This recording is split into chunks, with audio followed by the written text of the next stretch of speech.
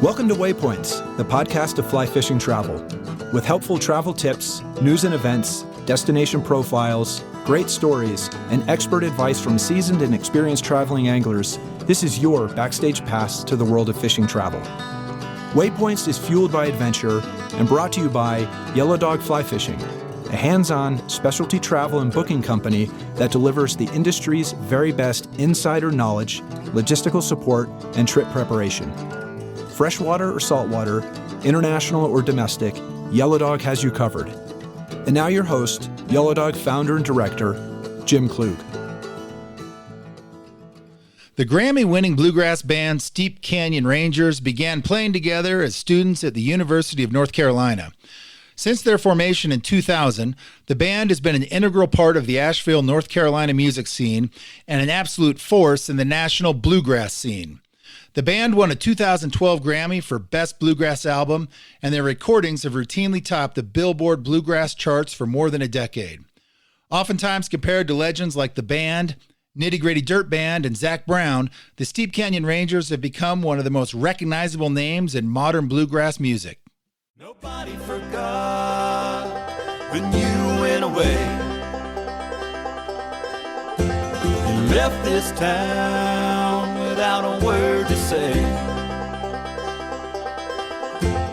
Going down south to a simple life.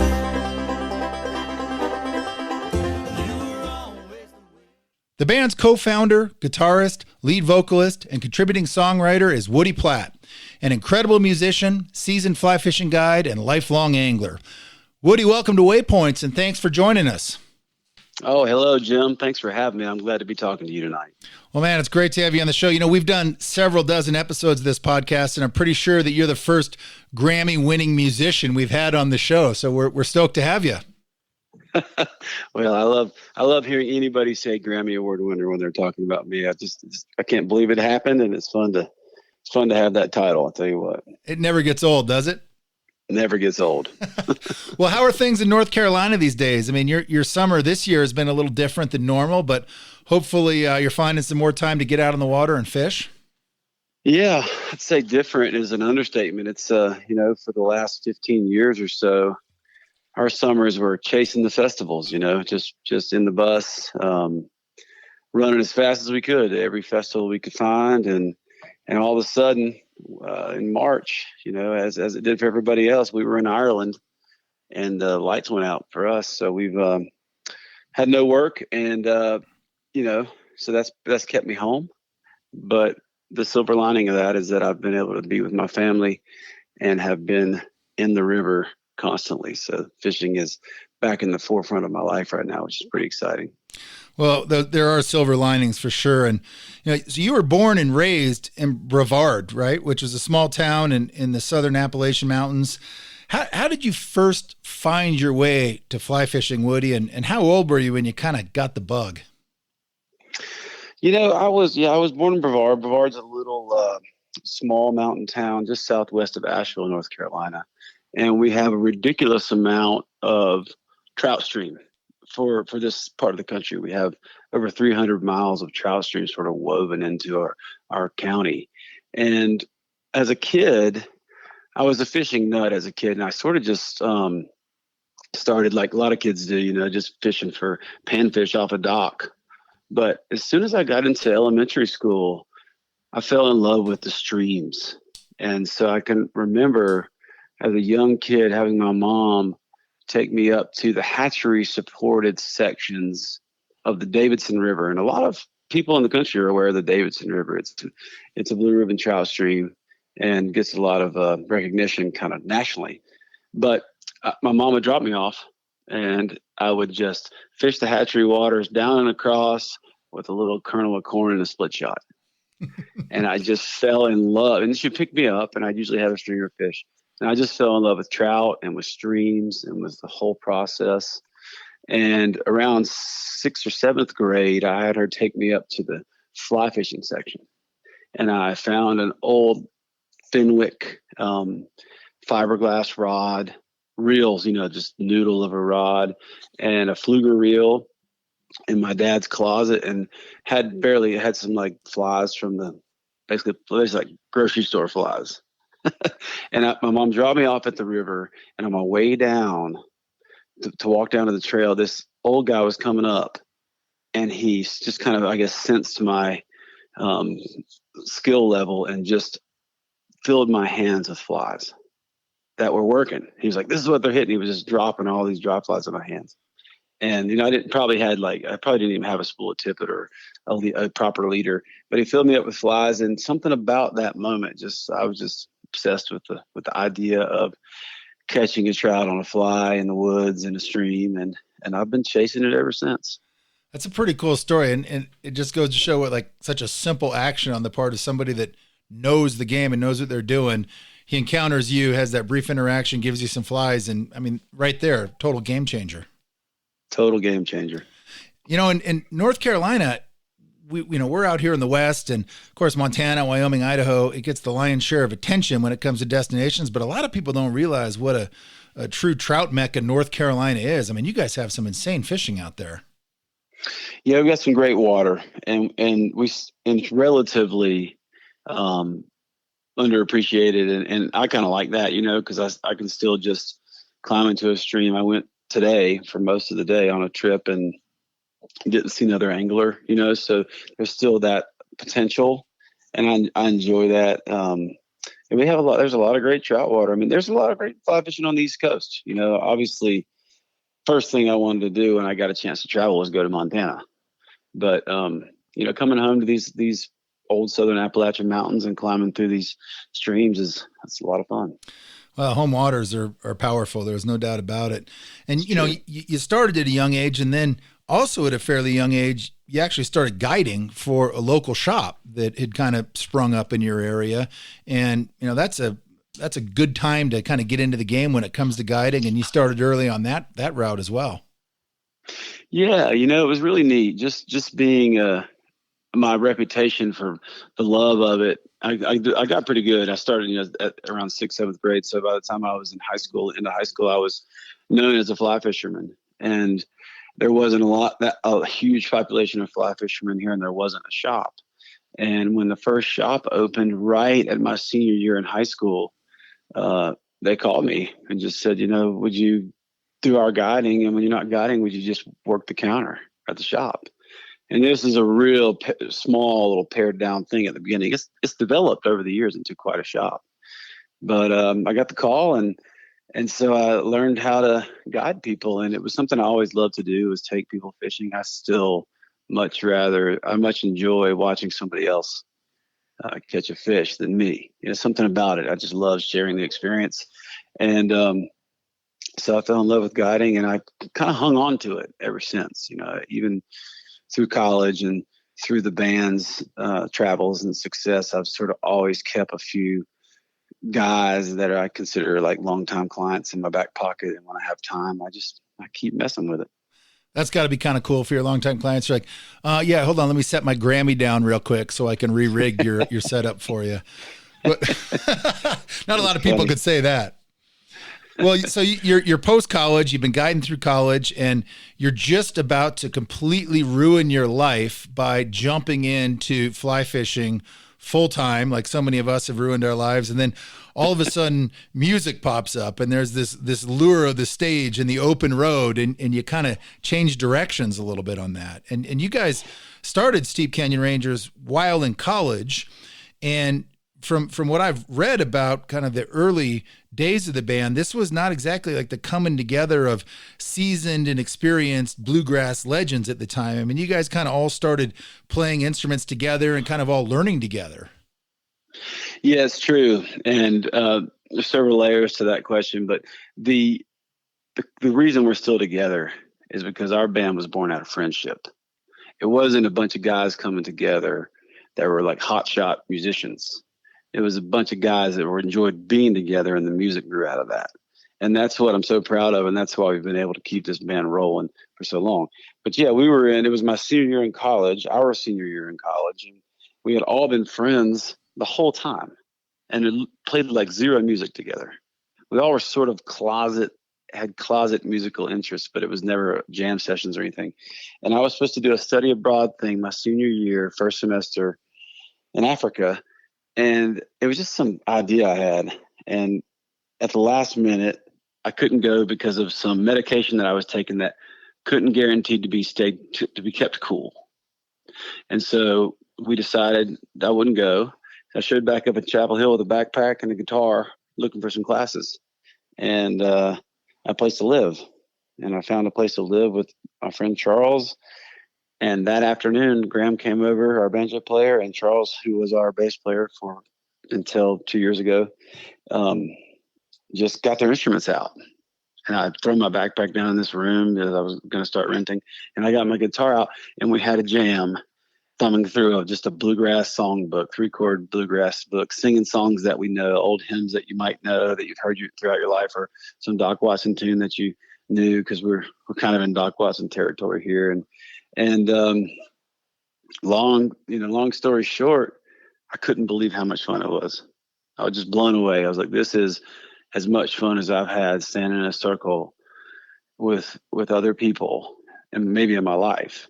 And I was just obsessed. I moved in, I took that room, and sort of the rest is history. We could barely make it to class. We just played and played and played and played and studied and listened to all the old bluegrass and just got deeper and deeper into it, and found a couple young music students that played fiddle and mandolin and invited them over to our apartment and just kept playing.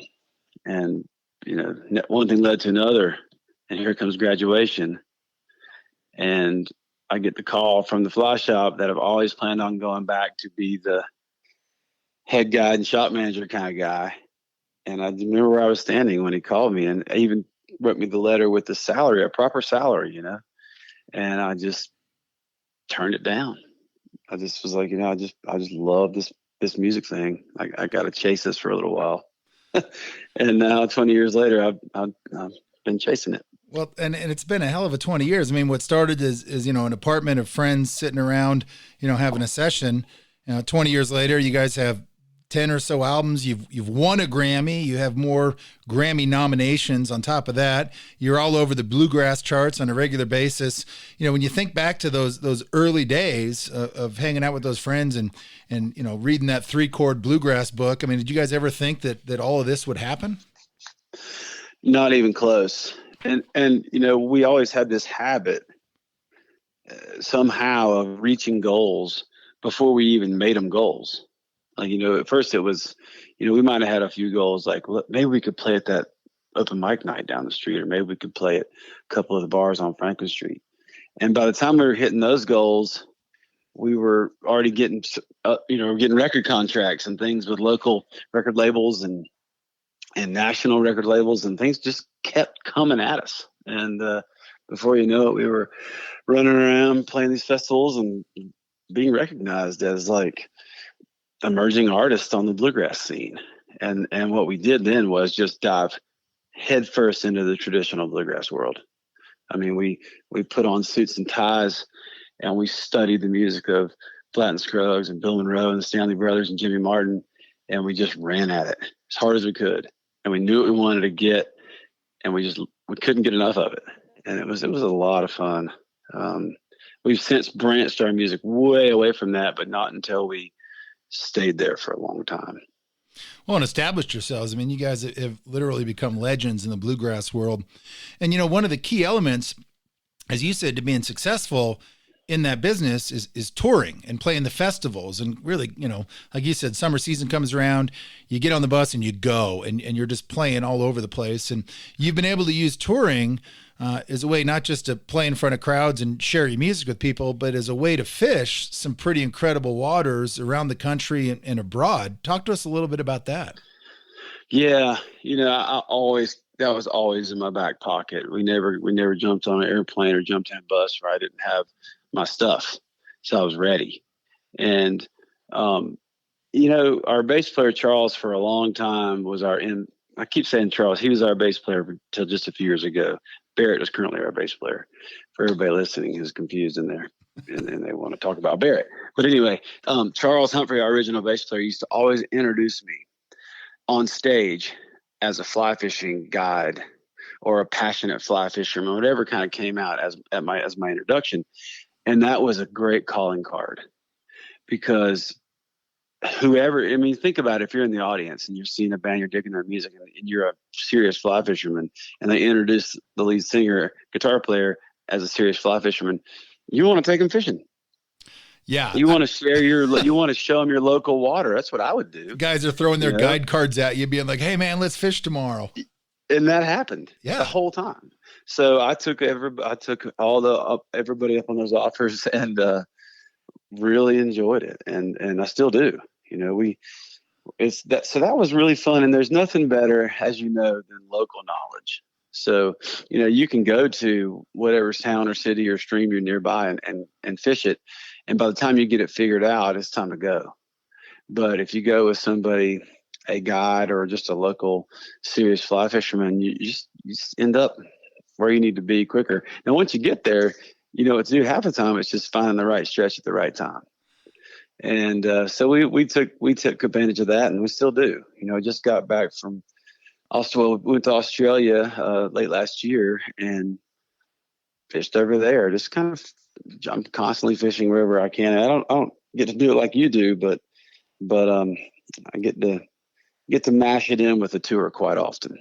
Well, and Woody, that's the perfect fit though, because in my mind, bluegrass seems to be kind of the official music of fly fishing, right? I mean, if there is a genre that meshes up with fly fishing, it's clearly bluegrass. And any guide or hardcore angler you meet, I mean, you say, hey, what do you want to do at the end of a perfect day? They're like, I want to go to my favorite bar, hang out with my buddies, and listen to live bluegrass. I mean, it seems kind of ubiquitous for this sport. And, there's so many fans in the fishing world that obviously follow you guys and love the music. Yeah, it's so true. It's something about the lifestyle. The people who want to do one thing appreciate a similar thing. I don't know. It's something about lifestyle. I've had so many interviews where people are like, connect the music and the fishing to me. Connect it. And I always take it back to the people. It's just, to me, it's the people, and the people that love this kind of music, it strikes them in a way, and they tend to have this, similar interest in the outdoors and those kind of things. But, in the end, when people say, what does fly fishing do to inspire your music? It really just clears your head, when you're out there, and just puts you in a different place.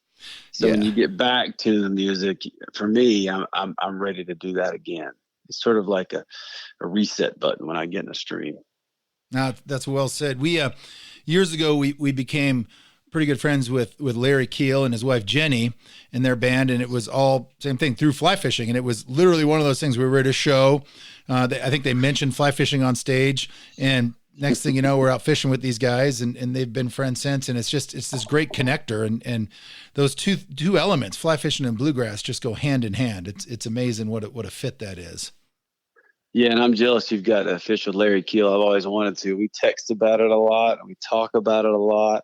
I even invited him recently, if he was moving around this part of the state, to come see me, but we still haven't been on a stream together, and I can't wait to host him on my home waters. Well, he's a fishing fool. I'm sure he'll find his way there, no doubt. And I know that you've talked in the past about how this early friendship and the band members that you've been together for these 20 years, some of the guys in the band with you also love to fish. So you guys have been able to share that passion together. Yeah, we have. Graham, our banjo player and co-founder of the band, and one of my best friends in the entire world, is just he's just Mr. Natural. He's not the guy that's going to show up with a large collection of flies, and he might forget his rod, and his reel might not be in the bag, or he might only have one boot. But when you get him all suited up and you put him in the stream, and I taught him from scratch at college. We would, when I was running the shop, I sold a St. Croix Imperial Graphite, like real simple pack rod, to his mom for him for Christmas. And he still shows up with it. But when you get him in the stream and put him on the fish, he's just Mr. Natural. He's great. He can make it happen. You look over and he's being drugged down the stream by a fish. So he's usually my partner in crime when we're traveling.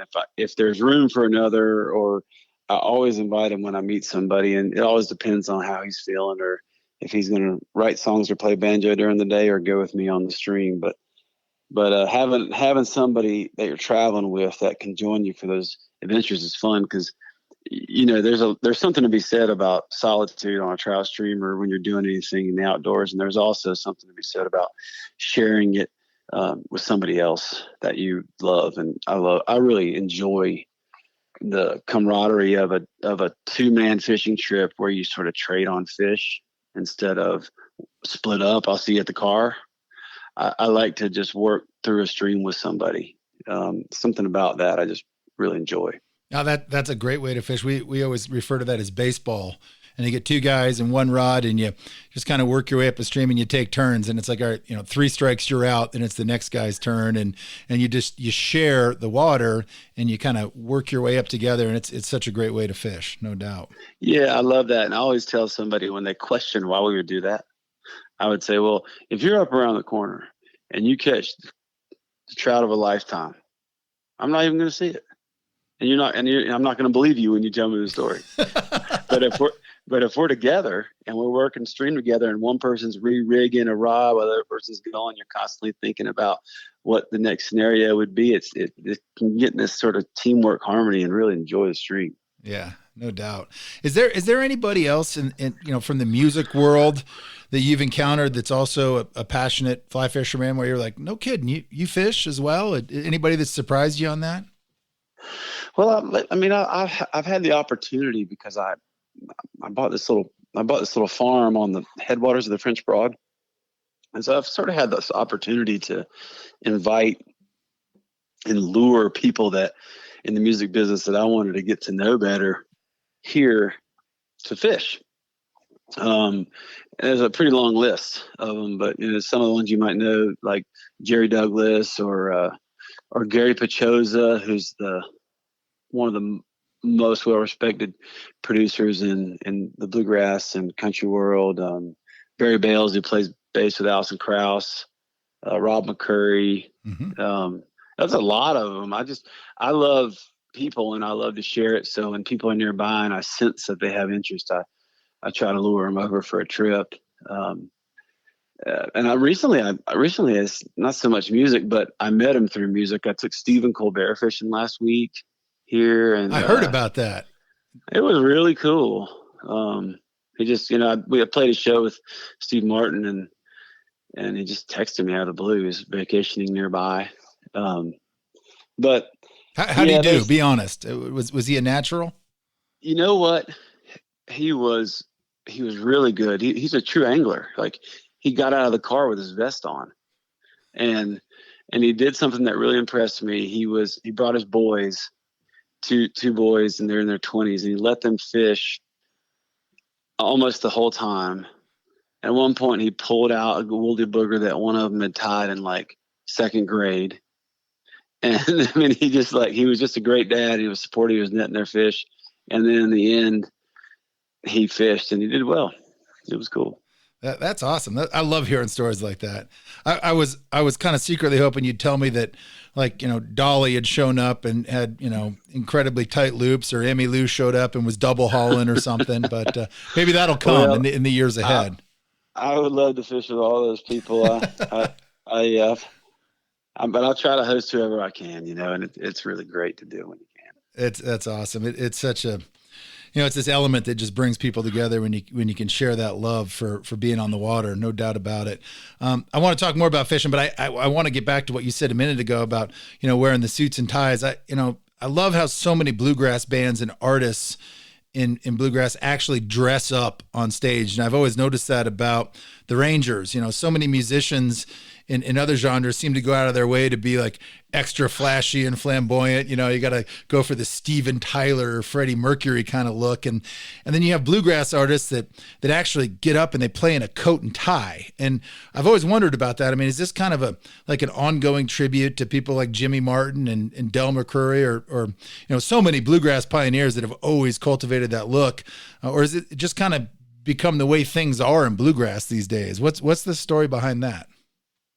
Well, I think originally, when we were in that sort of traditional vein, it was easy to do that because lots of other people were, like you said. I mean, the Del McCoury band was and is probably still our favorite band and influenced our band more than any other. The way they work a microphone and put on a show, and the way they look, and sound, the actual playing. But I don't think that it's never made sense to us to look like the audience. You didn't want to just look like you walked out of the middle of the crowd and onto the stage. And it never felt natural to like try to be flamboyant. So it felt respectful to just look good and look like you meant business. And so for a long time, I mean, we would muscle through 90-degree sets and full suits, and we don't wear the suits anymore, in the last few years, but we still try to look good. Some people wear coats, some people wear hats. Like, we try to look like we're putting on a show, and not just some guys who were standing around the campground and decided to show up and play a set. I've always loved that about bluegrass, though. Like, you always look like you've been there before, and you take it seriously. I love that. Absolutely. When we were in the super traditional circuit, it was about respect. Respecting what you were doing, respecting the music, and how you're presenting yourself. That's pretty neat. So I got to get back to some fishing questions for you, and I'll put you on the spot a little bit here, because obviously everybody has these deep connections to their home waters, and for you, that's the trout streams in North Carolina. But sure, in all your travels and the other places you've been able to go, do you have some other favorite fisheries that really just kind of drew you in, and that you still think of as some of your all-time favorites? Yeah, that's a hard one, because you never have a bad day fishing, right? No, there's no wrong answer there. Yeah. Right, there's no wrong answer. Some things that jump out at me, and this is going to seem cliche to you probably, but for me, growing up in Western North Carolina, when I graduated from high school, my gift from my dad was to take me to Bozeman, and so he took me to Bozeman, and we met up with this guy named Rocky Miller, who I stayed up with the whole time. He was a guide, and we fished. We floated the Yellowstone, and we fished the Madison, and we fished up around Ennis and the Jeffers channels, and then we fished the Bear Trap Canyon.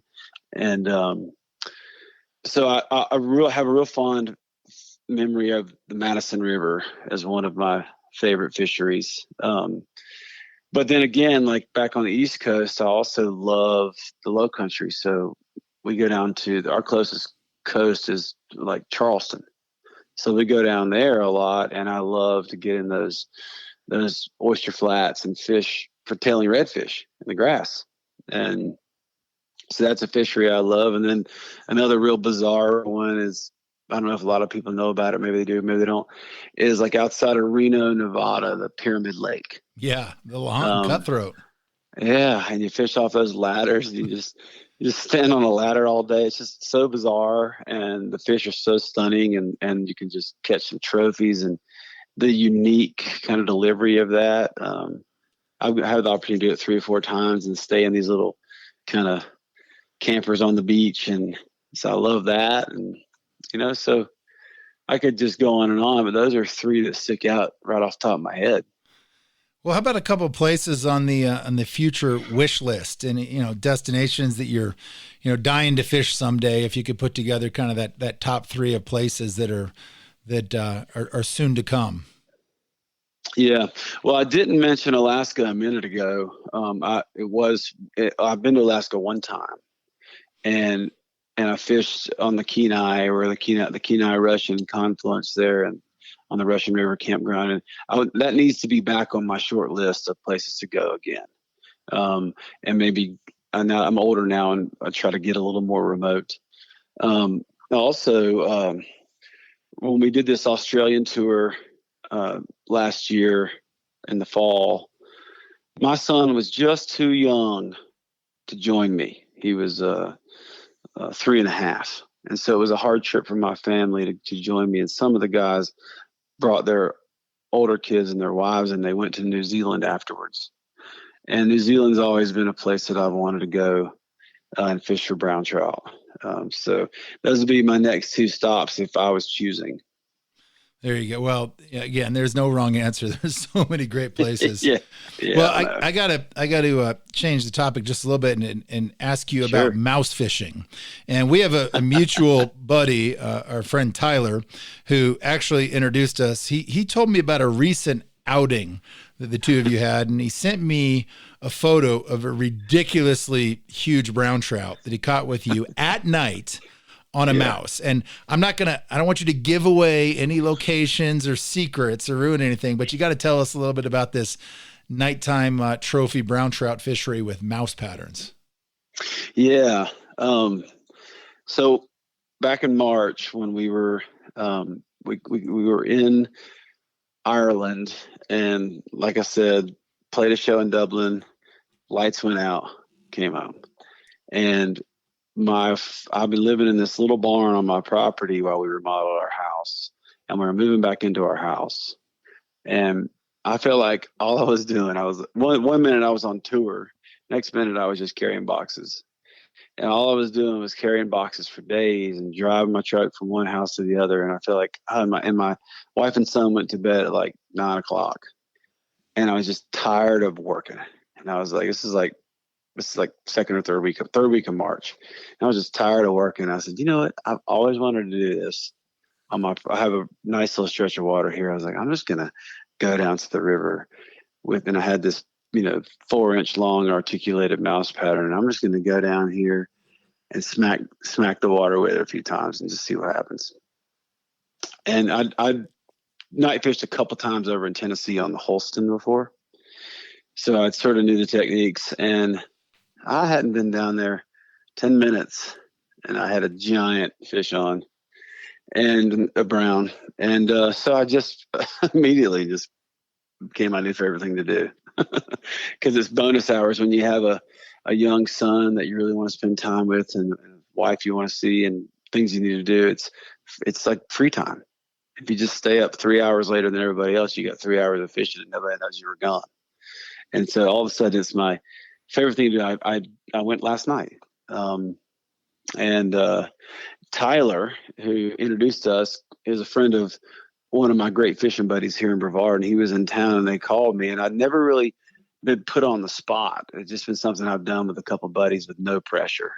He's like, my buddy's in town and really wants you to see if you can get him on a fish. And boy, did we get him on a fish. Yeah, and that photo was unreal. It was unreal. And it's just a real simple technique. Now you cut your leader down to 5-6 feet, and you want it to be about 12 pound. So it's just different, when you're trout fishing, using all that 5 and 6X line, everything's real delicate. And all of a sudden at night, those big browns just seem to move around, and when you smack that fly on the water, it's exactly the opposite of the way you fish during the day. You want your fly to make a lot of noise when it hits the water, and then you just let it's sort of a down and across swing with just a slow retrieve. And so far, probably done it 20 times. So far, we're at least one fish per trip, and each fish is pretty incredible. Yeah, they're creatures, and you look at these pieces of water, and you catch nice fish during the day, but you have no idea kind of what lurks below, right? And the critters that come out when it gets dark, it's like a whole different game, no doubt about it. Yeah, I just love it. We have a lot of we have an osprey work in the water sometimes, and an eagle, and the herons, and I think those big fish are just tucked away a lot during the day, and at night they're a lot more free to move around and looking to eat. It's been fun. That's a pretty nice thing to have right out your back door, no doubt about it. Well, I want to get back to the music for a moment, and we keep jumping back and forth between fishing and music, but that's an easy transition to keep making. Mm-hmm. So, the Steep Canyon Rangers have already a very established track record. I mean, on your own, 10 plus albums, Grammys, touring the world. I mean, major accomplishments, and you guys have developed a huge following for the band, really from the get-go. But in 2009, you guys were introduced to somebody that also kind of changed the game a little bit, the actor and comedian Steve Martin. And turns out he was a legit banjo player. And, that connection has since led to numerous side projects for you guys and brought even more fame to the band. Tell us a little bit about playing with Steve Martin. Yeah, that was, you never know how you're going to get a break. In music, you want a break.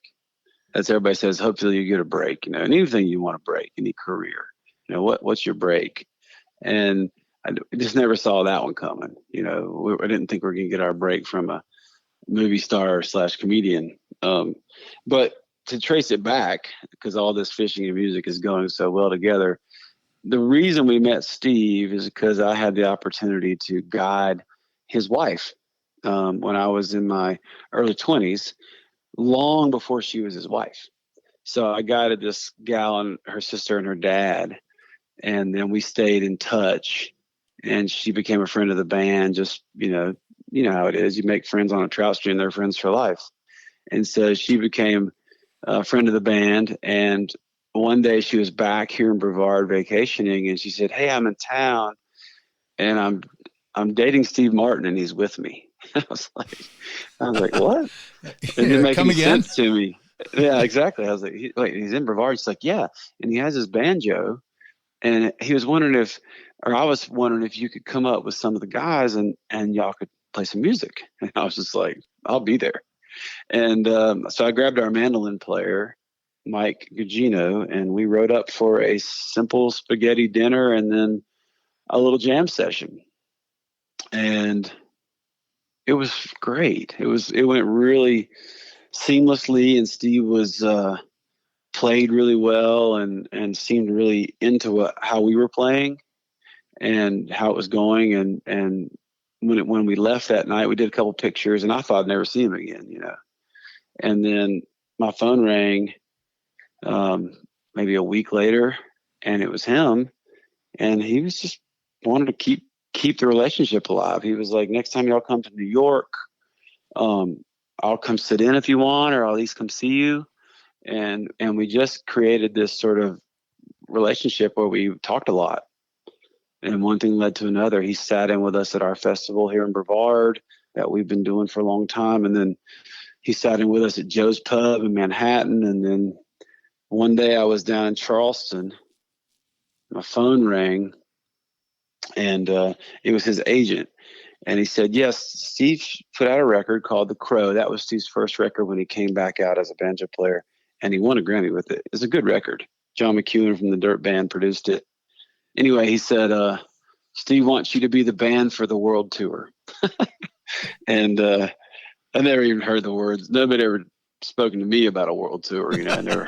That sounded like something that you never hear. Sign us up. We're in. I don't care where we're going. It sounds great. I called the guys. I was like, well, we just got called to go on tour with Steve. And, it's just been a great relationship. He, throughout the whole thing, obviously taken us to a lot of places and playing in front of a lot of people, from the White House to the Capitol lawn on the 4th of July to all late night TV and just the world's greatest venues, Red Rocks and beyond.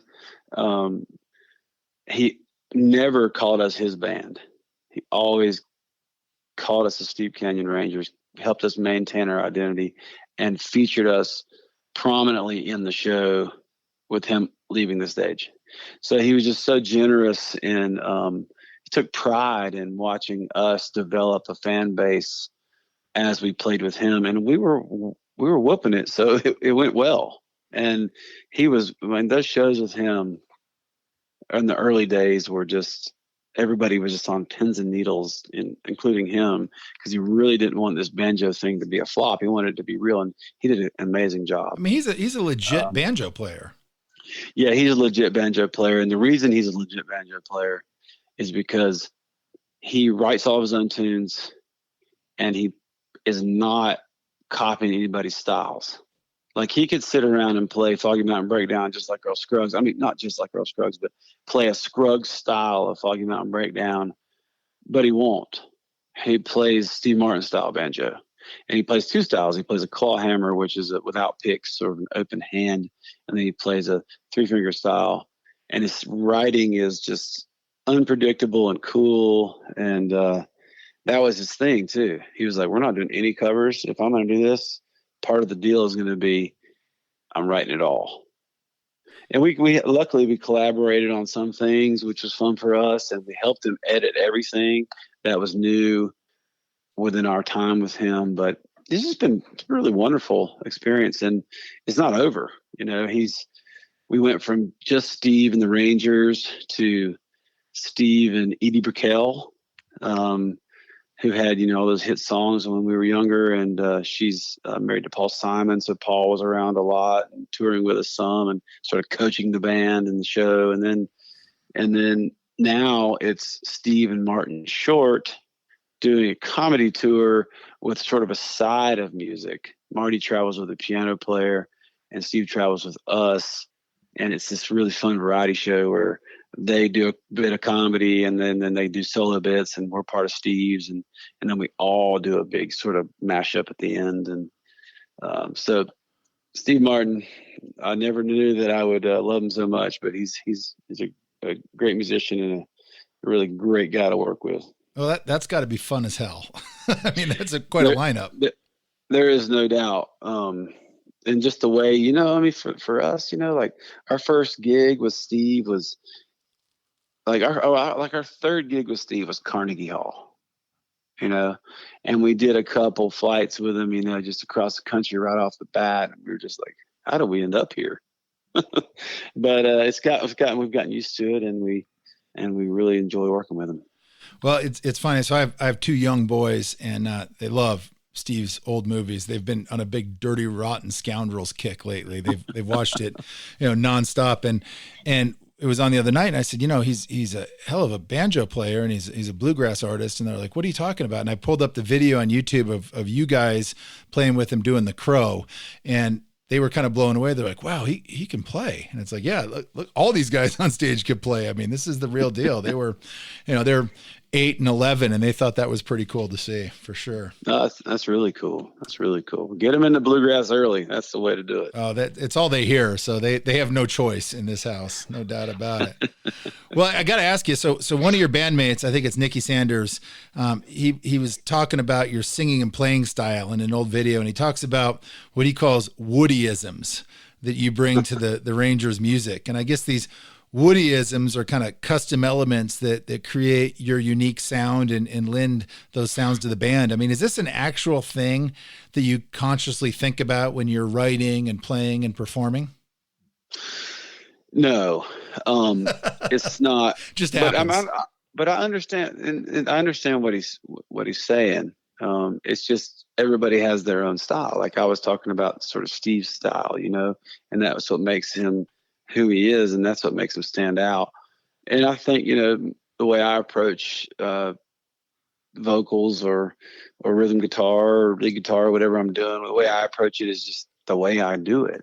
And usually in music, your style is sort of dictated by your limitations, and it's cool. It's like you just do what you do because that's how you can do it, and it becomes your style, and people either like it or they don't.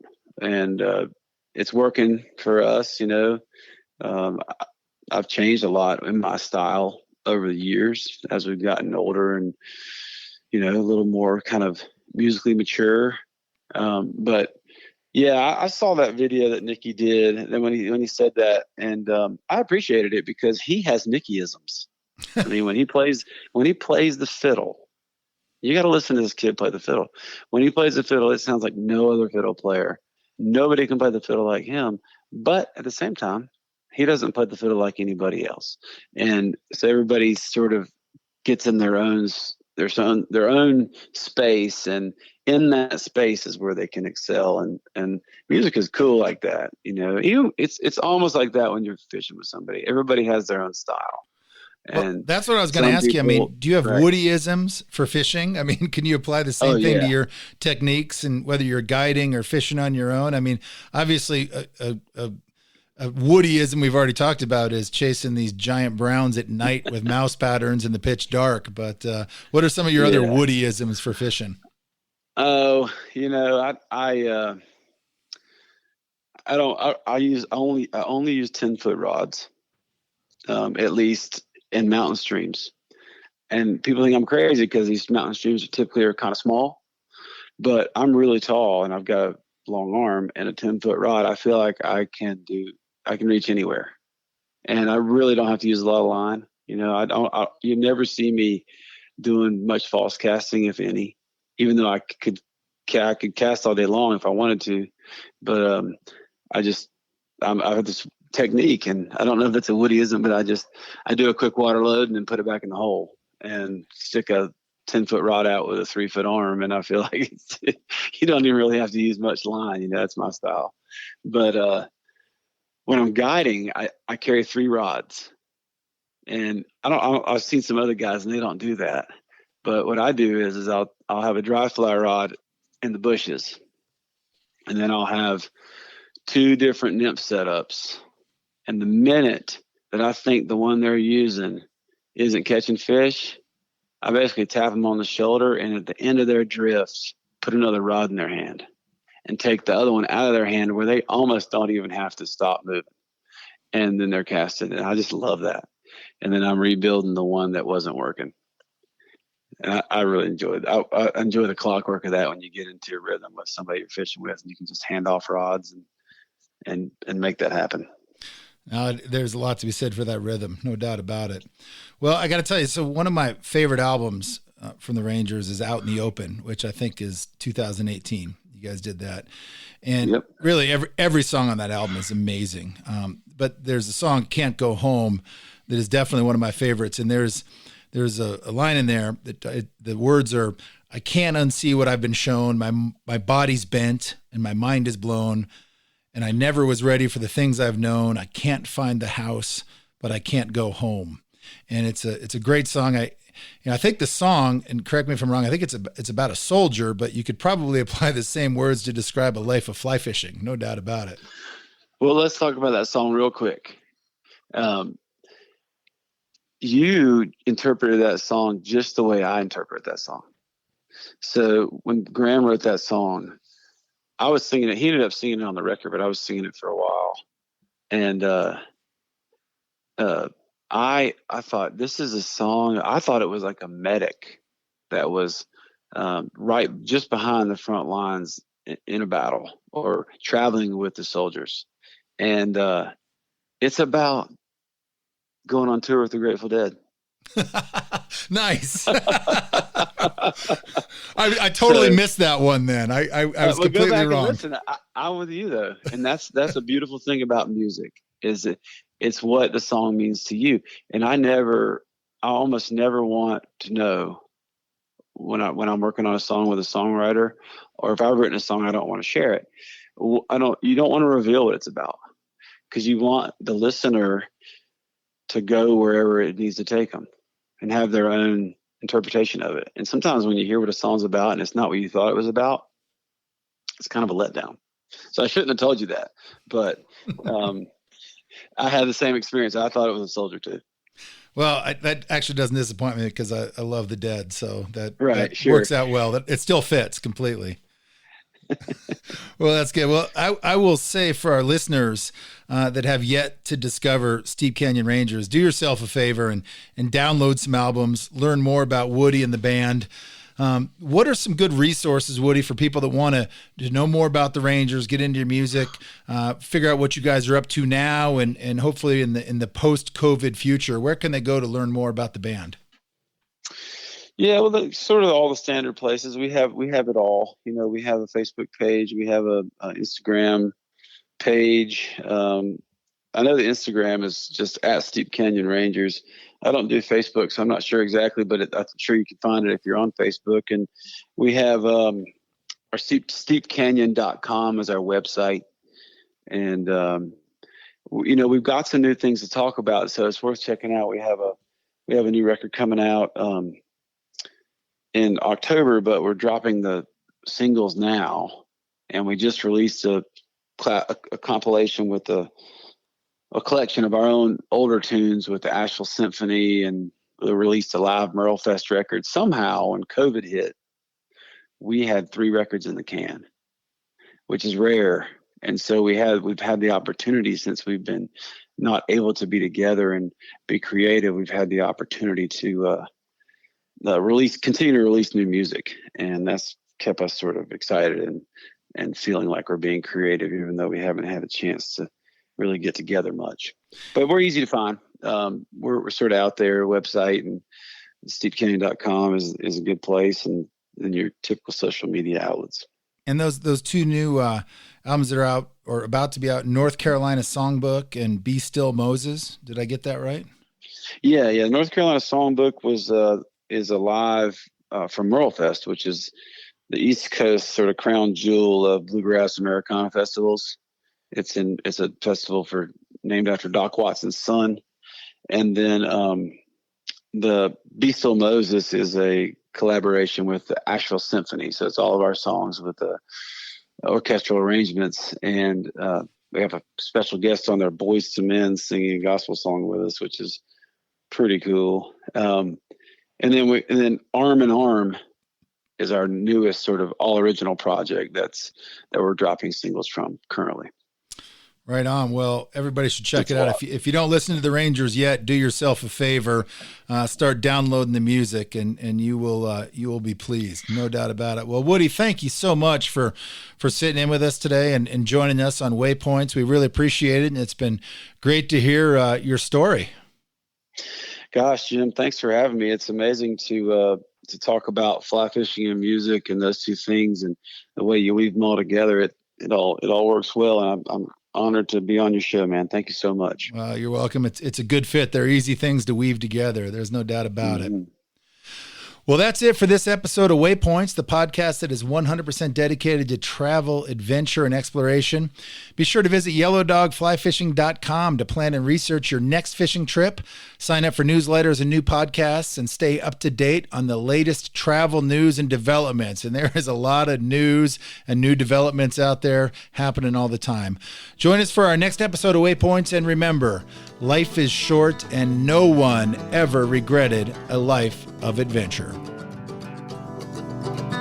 This has been another episode of Waypoints, the podcast of fly fishing travel and adventure angling. Thank you for joining us, and be sure to visit yellowdogflyfishing.com for more trip updates, travel news, expert advice, and adventure profiles.